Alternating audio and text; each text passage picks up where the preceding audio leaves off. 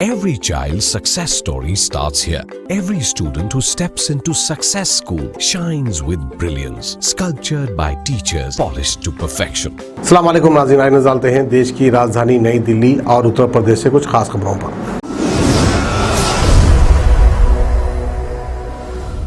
दिल्ली के उप मुख्यमंत्री मनीष सिसोदिया ने आज प्रेस कॉन्फ्रेंस करके बताया कि दिल्ली में केस कम होने की वजह से बीते कुछ दिनों से ऑक्सीजन की जरूरत कम हो गई है। ऐसे में अगर केंद्र सरकार चाहे तो दिल्ली का ऑक्सीजन कोटा 700 से कम करके 582 मीट्रिक टन कर सकती है। उन्होंने कहा कि एक जिम्मेदार सरकार होने के नाते हम चाहते हैं कि दिल्ली को मिल रही ऑक्सीजन अब जरूरतमंद राज्यों को दी जाए। मनीष सिसोदिया ने बताया कि दिल्ली में एक टाइम करीब 15 दिन पहले कोरोना के केस एकदम बाढ़ की तरह आगे बढ़ रहे थे और पॉजिटिविटी रेट भी 35% पहुंच गया था। 80,000 तक रोज टेस्ट हो रहे थे और लगभग 28,000 तक केस एक दिन में आए हैं, जो अब कम हो गए हैं। उन्होंने बताया कि आज गुरुवार 10,400 के करीब मामले सामने आए हैं और पॉजिटिविटी रेट भी कम होकर 14% हो गई है। अब केस भी कम हुए हैं। केस तेजी से बढ़ने से ऑक्सीजन की मांग भी बढ़ी थी, लेकिन अब केस कम होने की वजह से ऑक्सीजन की मांग भी कम हो गई है। उस वक्त दिल्ली को 700 मीट्रिक टन ऑक्सीजन की जरूरत डेली थी, जब केंद्र सरकार, Delhi high court, supreme court की मदद से हमें ऑक्सीजन मिलनी शुरू हुई तो हॉस्पिटल से आने वाले SOS भी कम हो गए। अब पूरे दिन में किसी एक या दो हॉस्पिटल से ऑक्सीजन के लिए SOS ही आता है। हम इस पूरे टाइम में केंद्र सरकार, हाई कोर्ट, सुप्रीम कोर्ट ने जो मदद की उसके लिए उन्हें धन्यवाद देते हैं। और अब हॉस्पिटल्स में भरे बेड और दूसरे पेशेंट्स की जरूरत को देखते हुए पाया है कि अब दिल्ली में डेली 582 मीट्रिक टन की ही जरूरत है। दिल्ली हाई कोर्ट में एक जनहित याचिका दायर करके केंद्र और दिल्ली सरकार को कोरोना वायरस महामारी के दौरान ऑक्सीजन सप्लाई की कमी और इस संक्रमण के वजह से मरने वाले पेशेंट्स के परिवारों को वित्तीय मुआवजा देने के लिए गाइडेंस तैयार करने को कहा गया है। आपको बता दें कि एक वकील ने दायर याचिका में सजेस्ट किया है कि उन परिवार को राहत मुहैया कराने के लिए राष्ट्रीय आपदा मोचन निधि या PM केयर से मुआवजा दिया जाना चाहिए, जिनके पास इनकम का कोई जरिया नहीं है, क्योंकि कई परिवारों ने कोरोना वायरस की वजह से अपना कमाने वाला इकलौता सदस्य खो दिया है।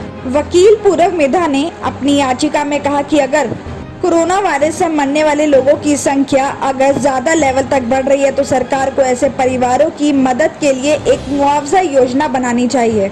उन्होंने दावा किया है कि अगर महामारी के दौरान ऑक्सीजन और दवाइयों की वजह से लोग मर रहे हैं तो सरकारों को जवाबदेह ठहराया जाना चाहिए, क्योंकि जन स्वास्थ्य व्यवस्था महामारी से पैदा हुई चुनौतियों से निपटने में फेल हो गई है।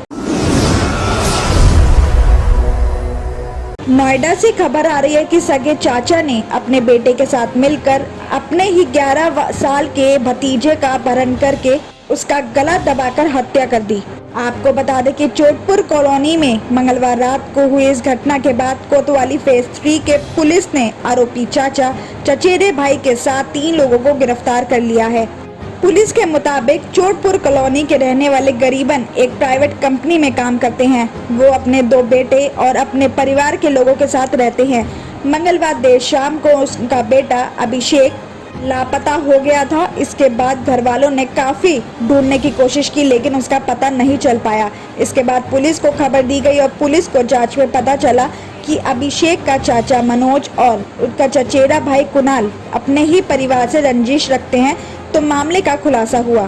कोतवाली फेज 3 के इंस्पेक्टर इंचार्ज जितेंद्र दीक्षित ने बताया कि इस अभिषेक को चचेरे भाई कुणाल ने PUBG गेम खेलने के बहाने मंगलवार शाम को पास बुलाया था।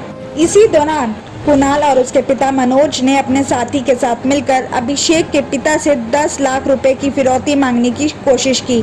इसी दौरान अभिषेक शोर मचाने लगा तो कुणाल और उसके पिता ने अभिषेक की गला दबाकर हत्या कर दी और अपने ही साथी तौसीफ की मदद से बच्चे की बॉडी को स्कूटी से सेक्टर 62 के नाले में फेंक दिया। इस मामले में मनोज, कुणाल और तौसीफ को गिरफ्तार कर लिया गया है। पूछताछ में पता चला कि गिरफ्तार आरोपी मनोज भाई करीबन से रंजिश रखता था। दोनों में बातचीत भी नहीं होती है। आरोपी मनोज को ये लगता था कि बेटे का अपहरण करने के बाद उसे 10 लाख रुपए तक की फिरौती मिल सकती है। मनोज को ये लग रहा था कि जब अभिषेक को अगवा कर लिया जाएगा तो गांव में रहने वाले उसके सबसे बड़े भाई गरीबन की मदद करेंगे और उसे आसानी से पूरे पैसे मिल जाएंगे। गाजियाबाद के गांव बयाना से एक ऐसी दर्दनाक खबर सामने आई है जिससे पूरे इलाके में सनसनी मच गई है। शादी के 1 साल बाद ही एक पति ने अपनी पत्नी की उसके ही मायके में हत्या कर दी और अब आरोपी पति फरार है। बताया जा रहा है कि 24 साल की राजकुमारी की शादी पिछले साल ही कोरोना लॉकडाउन में हुई थी। लॉकडाउन के चलते मायके वाले दहेज का सामान नहीं दे पाए थे। राजकुमारी का पति और उसके ससुराल वाले उस पर बुलेट, रुपए और कई सामान मायके से लाने की मांग कर रहे थे। ससुराल वाले लगातार राजकुमारी पर इसके लिए दबाव बनाते थे, जिसके चलते पति पत्नी का झगड़ा भी होता रहता था। बताया जा रहा है कि बीते कुछ दिनों से राजकुमारी अपने मायके आई थी और 1 हफ्ते से उसका पति भी ससुराल में ही रह रहा था। बुधवार रात करीब 9 बजे से दहेज और दूसरी बातों को लेकर दोनों के बीच झगड़ा शुरू हो गया। इस झगड़े बीच में भी रुका और थोड़ी देर बाद फिर से शुरू हो गया। जब रात 3 बजे तक भी उनकी बहस नहीं रुकी तो राजकुमारी की मां और उसका भाई ऊपरी मंजिल पर सोने चले गए। इसके बाद झगड़े के दौरान ही राजकुमारी के पति ने उसके सर पर किसी भारी चीज से हमला कर दिया और धारदार हथियार से उसकी गर्दन और कान काटकर हत्या कर दी। इसके बाद वो चुपचाप वहां से फरार हो गया। सुबह जब राजकुमारी की मां और भाई नीचे आए तो उन्हें उसकी बॉडी कमरे में मिली। इसकी खबर उन्होंने पुलिस को दी और दामाद के खिलाफ केस भी दर्ज कराया है। पुलिस मामले की जांच कर रही है और बॉडी को कब्जे में लेकर पोस्टमार्टम के लिए भेज दिया गया है।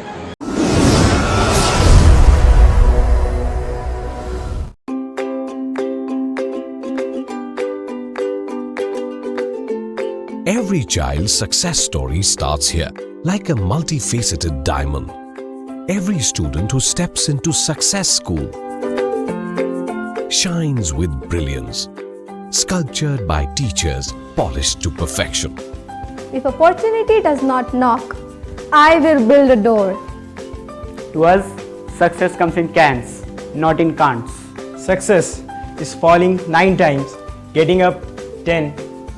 Some people dream of success, others put their heart and soul into working for it.